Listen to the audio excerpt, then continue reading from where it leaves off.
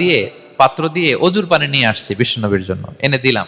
বিষ্ণুনবী এত খুশি হলেন, আমাকে বললেন সাল, হে কাব তোমার কি লাগবে চাও। উনি বললেন আসআলুকা মুরাফাকাতাকা ফিল জান্নাহ।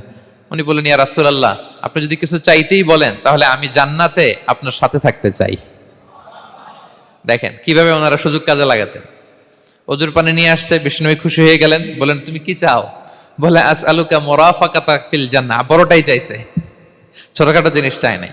যে নবী হে আমি জান্নাতে আপনার সাথী হতে চাই। বিষ্ণু বললেন আওয়া গায়রা যালিক, আর কিছু চাও, অন্য কিছু লাগবে?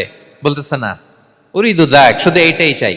তখন বিষ্ণু সাল্লাল্লাহু আলাইহি ওয়াসাল্লাম বললেন আইন্নি আলা নাফসিকা বিকাসরাতি সুজুদ, এই মর্তবা যদি তুমি চাও তাহলে বেশি বেশি সেজদায় লুটিয়ে থাকো।